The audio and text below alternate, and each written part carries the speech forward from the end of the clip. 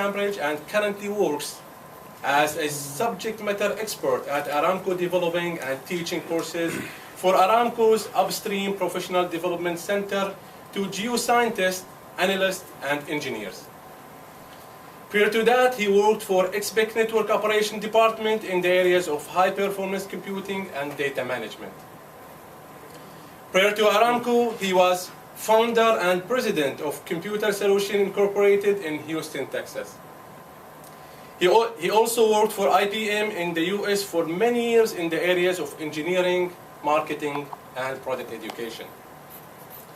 He is the immediate past president of the Explorer Toastmasters Club, sponsored by Aramco's Exploration Department, and he was recently named the 2013-2014 Toastmasters of the Year for all Saudi Arabia. So please help me welcome our most distinguished Toastmaster speaker, Mr. Nashid Abdul-Khaaliq. Thank you very much, Kadim, for that wonderful introduction. And thank you to the Engineering Department of Jamaica for having me here as part of your enrichment program. After seeing all these people in the room, distinguished looking folks, I felt like I'm overdressed. I should have had on a brown outfit like you have as well. And I was saying, how would I introduce myself to the audience? How would I start my speech? So the thought came to me right away that the best way to start my speech is to tell what happened when I walked into the building. When I walked into the building, Abdallah came to me and he said, "Can I take your picture?" And I said, wait. Aren't you at least going to let me comb my hair first? He looked at me like I was crazy. So I got all upset. I reached into my pocket and I started to comb my hair. I said, "What? Did you think I was talking about this?" So with that, good morning and assalamu alaikum again to the Jamaica Engineering Division. I know that all of us are technical people. My degree is in physics, and I've worked in many, many technical areas. And as technical people, we all want to be the best that we can be technically. We want to grow ourselves so that we can become great contributors to the organization that we work for and achieve great success. And I encourage that for all of us now and in the future. But a question that I want us to explore during my discussion here, in fact, maybe I should turn this off because it gives you an answer to a question I was going to ask you.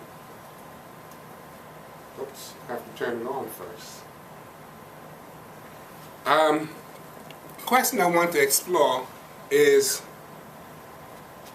what are the factors that can lead us to have the most success professionally and also personally? What are those factors? Well, we know that the intellect is important, right? It's important for us to grow our intellect so that we can use our intellect as a tool to acquire technical knowledge, and for us to also use our intellect as a tool to make right decisions. But really, how important is the intellect towards our success? Now, there was a study done by the Carnegie Institute of Technology in the US looking at what are the factors that lead or influence success. And surprisingly, this is what the study showed. The study showed that 15% of our success is influenced by our IQ, by our intelligence quotient. And the largest portion of our success, 85%, is influenced by other intelligences. Can anybody tell me what they think those other intelligences are? Some examples of what could be these other intelligences that are significant influence to our success? Emotional intelligence. You already took the subject of my talk. Emotional intelligence. Anybody else? Interpersonal. Interpersonal relationship, that's part of emotional intelligence. Yes, anybody else? Any?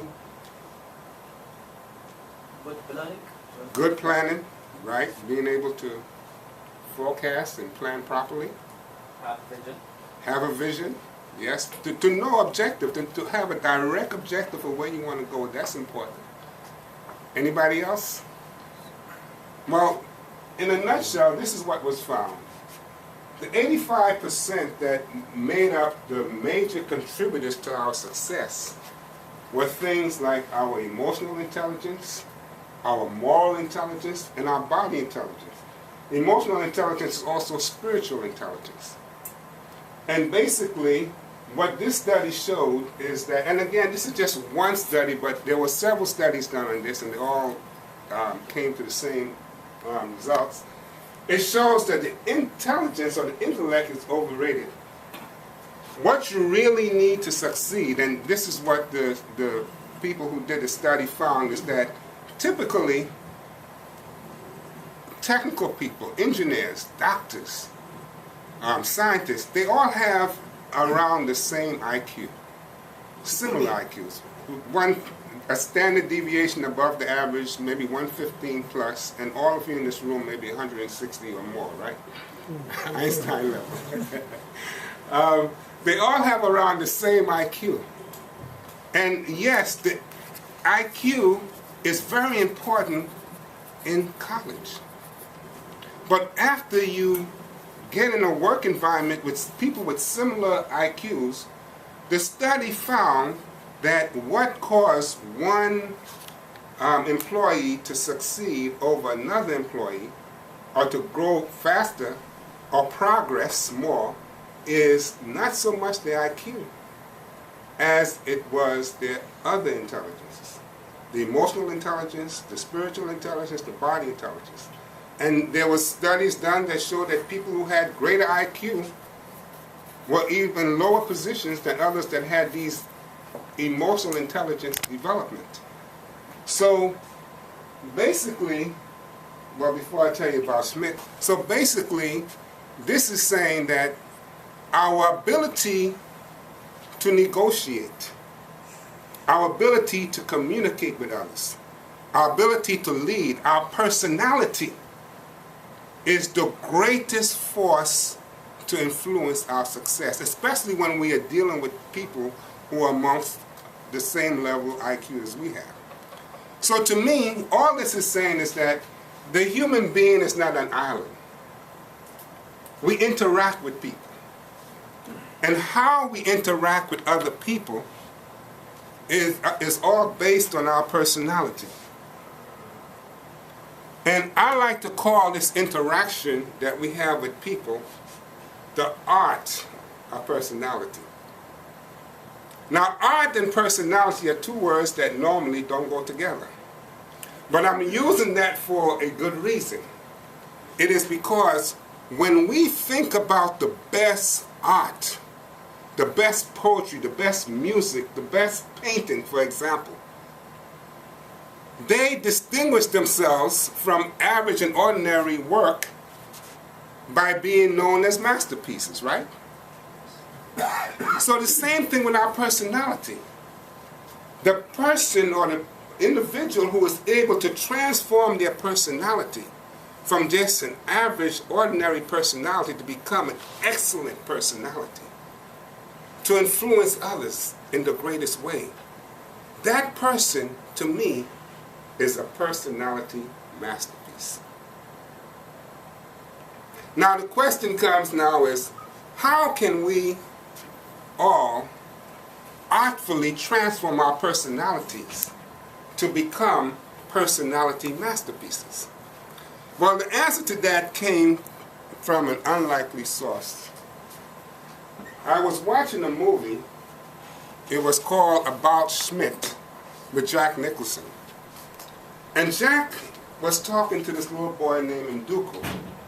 And Jack was telling him, Nduku, when you die, and when everyone who knows you dies, unless you have done something significant with your life, unless you have made a difference with your life, it would be as if you were never born. That statement hit me like a ton of bricks. And I asked myself, have I made a difference in my life? Have I done something that was significant? How would I be remembered when I die? Would they celebrate and dance and say, yeah, Nashid is gone? Would they be happy? Or would they say, I'm going to miss that guy. He helped me in my life. I'm especially going to miss his bald head, but I'm going to miss this guy. What about you? Have you made a difference in your life? Have you done anything significant? What has been made better or improved as a result of you being born? The American poet Maurice Solomon addresses this question. He wrote in a poem titled People of Substance.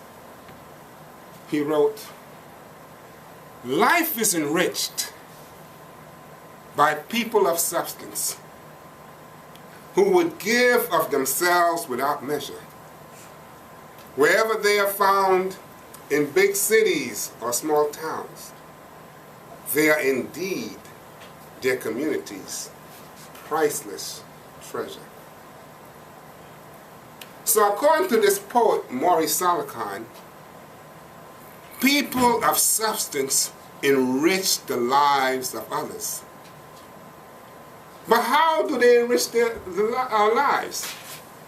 It is through the unfoldment of that gold mine within the human heart that is brought out through the art of personality for the benefit of other human beings. Yes, I know we know art, as I mentioned, in the form of painting, music, poetry, and so forth. But let me tell you a secret. The best of all arts is the art of personality. But how is personality an art? Today, I hope to attempt to answer that question and share with you a few tips on how we can become personality masterpieces ourselves.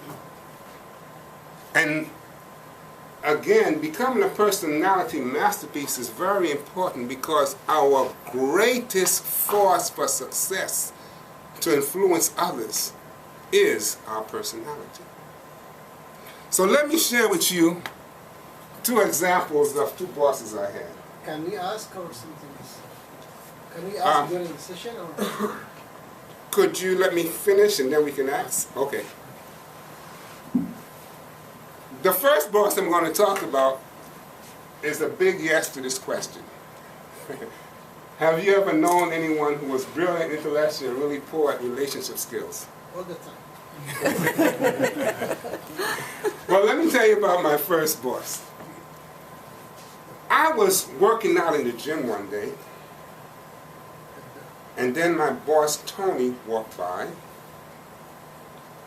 He looked at me, and as I was about to greet him, he turned, and he acted as if he didn't see me. I'm sure he couldn't have missed a tall, handsome, shiny, bald-headed guy like me.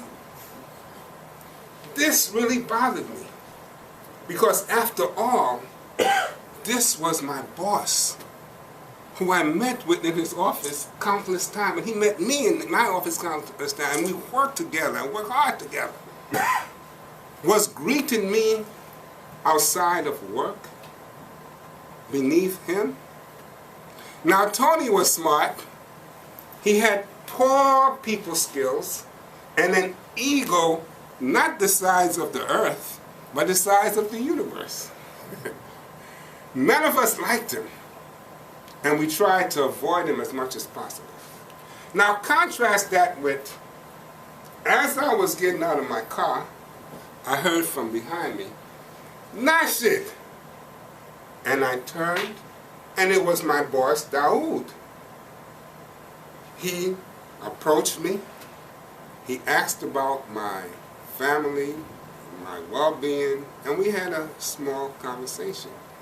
Now, Daoud was also very smart.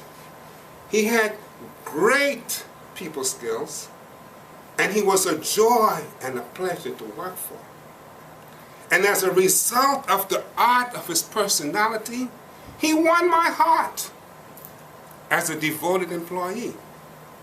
Not only winning hearts, people who master the art of personality, they succeed where others fail. Now, there's been many examples of this in history. Great leaders, great scientists, great philosophers, religious leaders, technical leaders, and so forth. But there's a man named Michael Hart. He published a book titled The 100 Most Influential People in the World. And he put as the #1 person to be the most influential person in the world, and he's a Jewish person, okay? He's an astrophysicist, by the way. He named Prophet Muhammad sallallahu alaihi wasallam as the most influential person that ever existed. And when asked, why did he choose the Prophet sallallahu alaihi wasallam, he said, because he supremely, this was his word, supremely exceeded, or was supremely successful, both in the religious and the secular realms. In that book, you had other people like Shakespeare, Einstein, Gandhi, and others. But I want to share with you a personal example that will bring this a little bit closer to home for me. I once knew a young man, and again, the example I'm going to share is to show how people who have mastered out of personality, they can succeed where even technical experts fail. I once knew a young man named Kamal, that's him on the left here, who was hardworking, big-hearted, and kind, and he was the captain of his basketball team at Dhahran Academy. And as a result of the art of his personality, he led Dhahran Academy to become Saudi national champions. When it was time for him to graduate and to go back home to Texas, where I happened to own some houses, I approached Kamal and I said, Kamal, it's very difficult for me to manage my houses in Texas here from Saudi. I've hired many property managers, but they all failed. And as a result, some of my houses are damaged, in very bad state and in need of repair, and others are not rented. And I said to Kamal, Kamal, can you help me? He looked at me and he said, don't worry, I'll handle it. Kamal got back to Texas, and in a short period of time, he got qualified carpenters, plumbers, electricians, repairmen to fix my houses. Finally, my houses were beginning to be repaired. Not only that, he was able to find tenants for my houses and accomplish what my property managers were unable to do.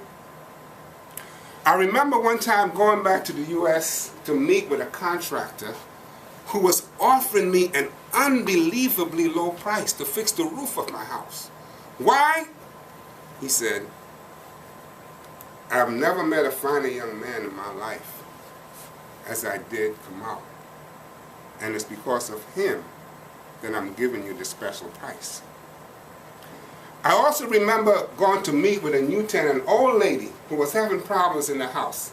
And I arrived as the owner and I said, ma'am, I am the owner of this house. How can I help you? She looked at me and she said, nice to meet you, sir. But I would rather deal with Kamal. So I stepped out the way and allowed Kamal to handle her. I'm proud to tell you that Kamal is my son, my second oldest son. And to me, he is a personality masterpiece because he was able to succeed where my property managers failed. My property managers, of course, they had more technical knowledge. They knew more about renting houses and repairing houses than Kamal. But yet, as a result of the art of his personality, he was able to become successful where the technical experts fail. So that shows that having technical skill alone is not the guarantee for success. So, getting back to our question, how can we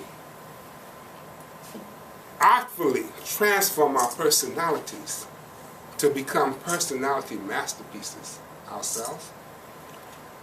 It is by dipping our personality in the bucket of truthfulness to paint honesty on our masterpiece. It is by dipping our personality in the bucket of consideration and self-control to paint gentleness and control over our anger. It is by dipping our personality in the bucket of unselfishness to paint justice in our masterpiece. It is by dipping our personality in the bucket of love and care to paint truthfulness and excellence and integrity in our masterpiece. The American poet Maurice Solacon continues this dipping by writing, our value in life is determined by what we will give to the cause of humanity. For love, not conceit. True commitment, not deceit, not to stroke an inflated ego or foolish vanity. When life has been lived full of purpose and truth, there is no need at all to fear death. Remember this always and continue your good. May God bless you for all you have left. The art of personality is realizing that me, all of us here, we are the artists working on the masterpieces of ourselves. Are you a masterpiece? A Picasso? A Rembrandt? Well, I hope my talk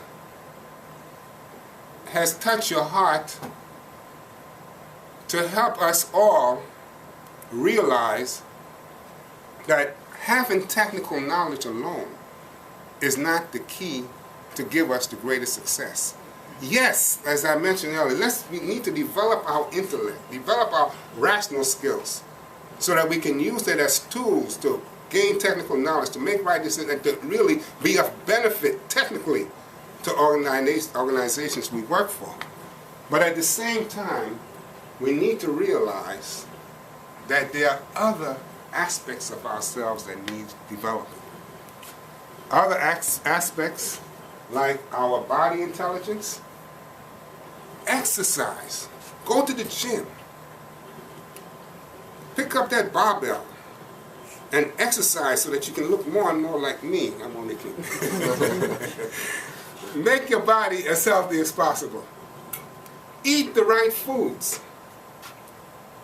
Don't eat a lot of junk food. Don't saturate your body with stuff that's killing you, as you did, or have habits that are not healthy for yourself. Get enough rest. It's important for you to get enough rest. And also listen to the signs of your body. I know I do this a lot, and my wife has to remind me a lot. Sometimes something is bothering me, and I just ignore it. And then it becomes a disaster later on. Then I have to be forced to see the doctor. Monitor yourself. Go see the doctor to keep yourself in good health. All of these things are important. along with the IQ, the next thing to do is to manage your emotional intelligence, your intrapersonal skills, how self-confident you are,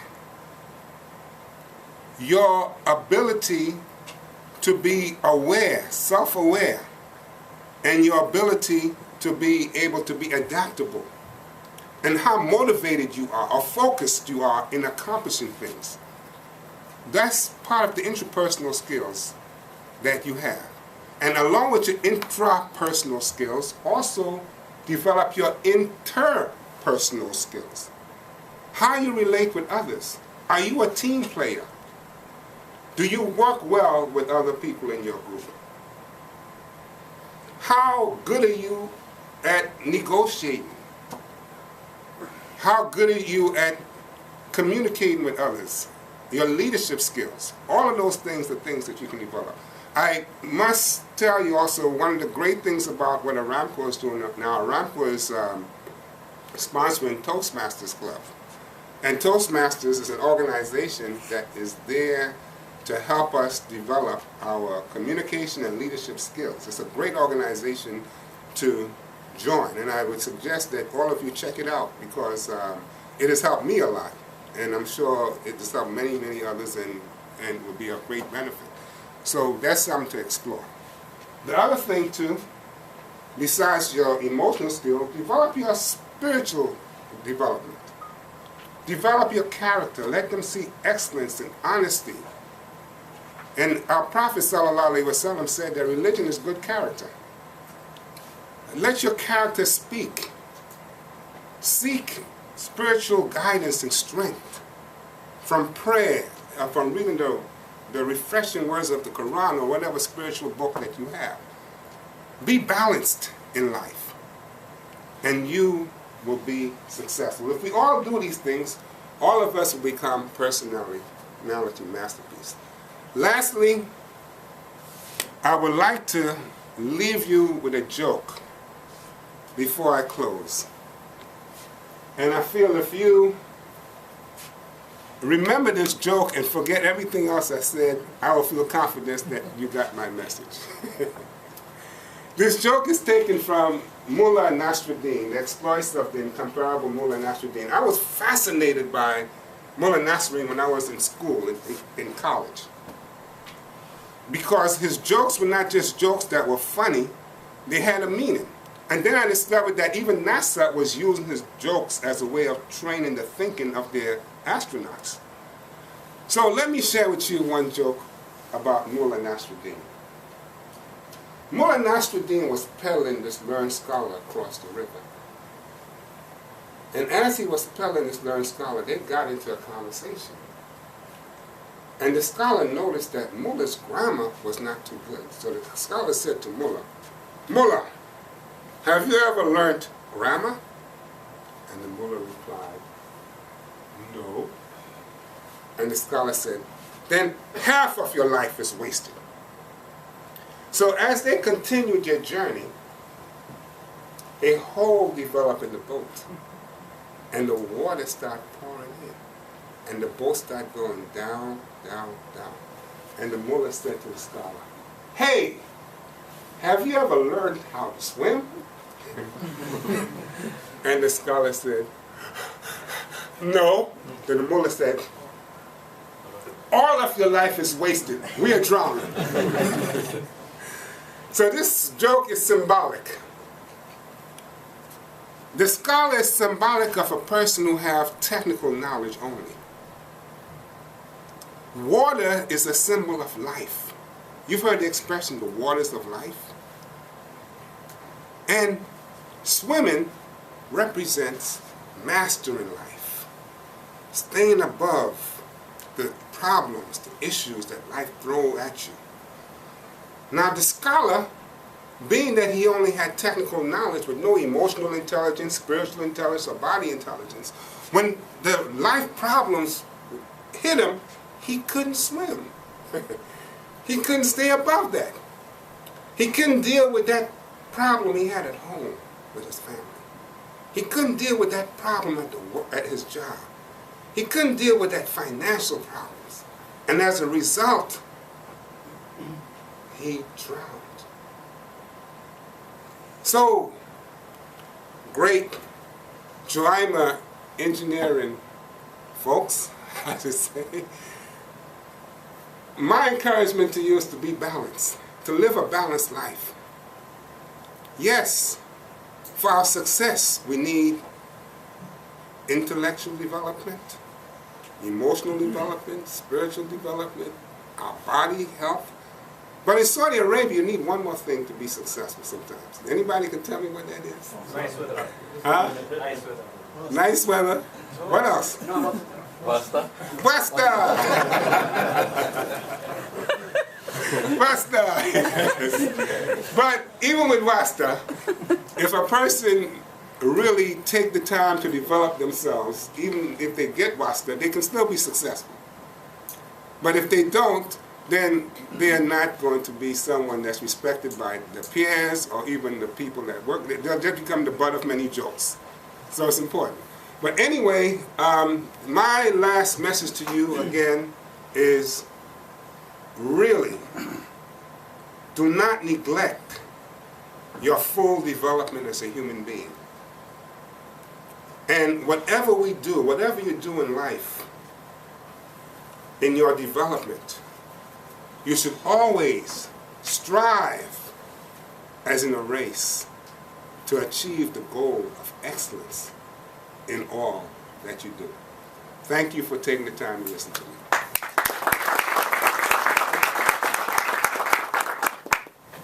There were some questions. I'll be happy to. Anybody has a question before I start? I have my own question.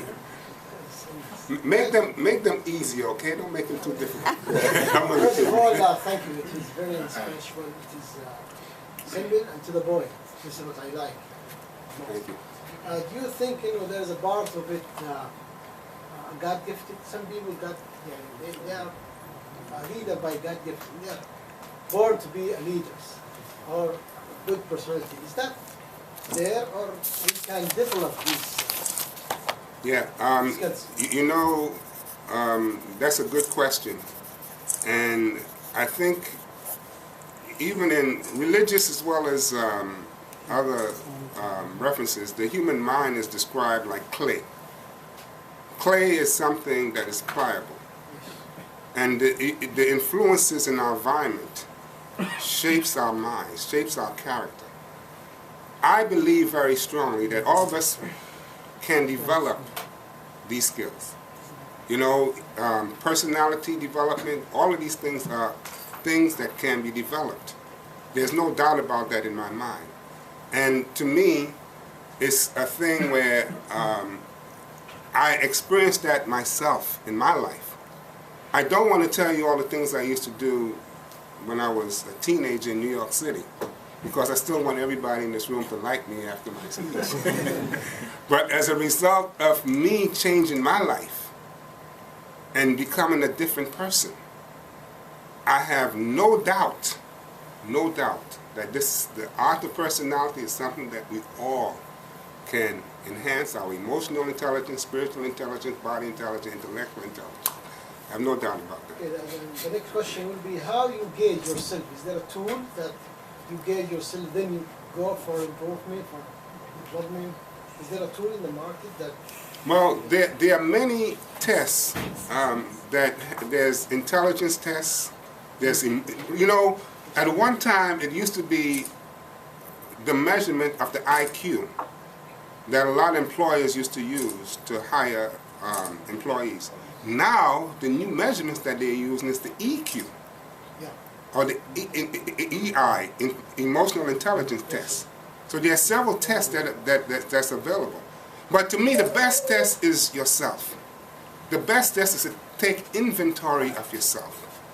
It's to say, I am here today, I would like to be at this point later on, and to measure how much progress you have made. Your internal monitoring, in terms of how you have went outside of your comfort zone to do things to enhance your development. So that to me is a greater measure of success, even though there's many tests that can measure how well you do on several categories. One more question. Okay, take your time. Sometimes you have, a situation where the individual is very depressed or lost interest. Where this can move them? Well, for every effect there's a cause. And to understand what is the cause of that person's depression is very important. Because if I apply medicine to fix a headache when it's my back that hurts, it's bad medicine, right? So I think for every depressing situation, a lot of analysis has to be done as to what caused that depression. And once you understand what caused the depression, then you can begin doing the things to address that person's need. Maybe in what I said, or maybe what somebody else said regarding motivation may touch on a core of something that has caused that depression. But it has to be done with analysis and with applying the right methods to fix that. That person, sometimes in organization you see morale down. Yeah. You cannot take individual. Yeah. How you deal with that? Yeah. I can tell you what I did. I was the president of the Explorers Toastmasters Club, for instance, as an example. And I know that there were certain achievements that we wanted to achieve by the end of the year. And I was faced with a lot of young people who didn't know much about Toastmasters as to how could I motivate them, what kind to get them to really begin to do things to make them be more successful. So one of the things I had as an incentive, and again this was what I used, was that I offered to give the first 3 that achieve a certain KPI, Key Performance Index, special awards, okay? That if they receive this, they will get this award. And that caused everybody to strive. Like I said in my motto, strive is in a race to achieve the goal of excellence. So that gave them the motivation to want to strive. It shouldn't be. It should be where a person wants to really be self-motivated, to be the best that they can be. But sometimes external rewards is a way of motivating people. And one of the things that I noticed too is that there's a saying, success breeds success. If a person goes into the gym, for instance, and they start working out, and the muscles begin to grow, after seeing the muscles grow, that will make them more motivated because they see results, they see success. So I think the same thing with motivating people. If they can get on the track of improvement, and they see betterment, they see that they are getting better appraisals, or, well, I won't talk about it. I don't know if I should talk about the PME system, but if they see that they are improving, I just say they're improving. That improvement is a motivation for them to want to do more, in other words. We can erase that from the record. Okay. Tim, this is for you. Any questions? Any questions, please? I'll be happy to. One question regarding to the pyramid of intelligence. Mm-hmm. Should we build it step by step, or it can be represented as a wheel where you have a balance? It should be where it's not where you build your body intelligence first and you build it. No, it's all of it is holistic. You should be addressing all of these simultaneously at the same time. By the way, who knows this gentleman? Anybody? Who? The one who speaks. No? He just joined us today. Oh, he did. Wow. Congratulations. I'm like the mechanical engineer. He will be in the project team. And I think you had a question? How can I create the moment for my son, wife, friend to start thinking in developing their masterpiece? How can you create? The question was, how can he create the moment for his son or friend to start developing their masterpieces? I think one of the good examples, like the examples I use with, Like your son? yeah, my son, in my talk I talked about Jack Nicholson, right? how he told Ninduku, when you die, and when everybody who knows you die, unless you have done something significant with your life, unless you have done something meaningful, it would be as if you were never born.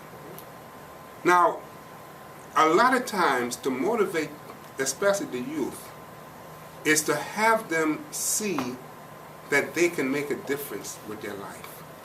Have them feel that they have something that they can contribute to humanity. That they don't want to be like the millions and millions of people that lived and died and existed and, went into the earth. But they can do something successful. And then point to figures in history. Talk about examples of great personalities when they were young, what they were like, and how they grew up to be this great personality that influenced the world, that made a difference. And we have a lot of examples of that, especially in the Islamic culture, especially, in history, philosophy, all these different areas. To let them see great examples. And in seeing those examples, they will want to be something great.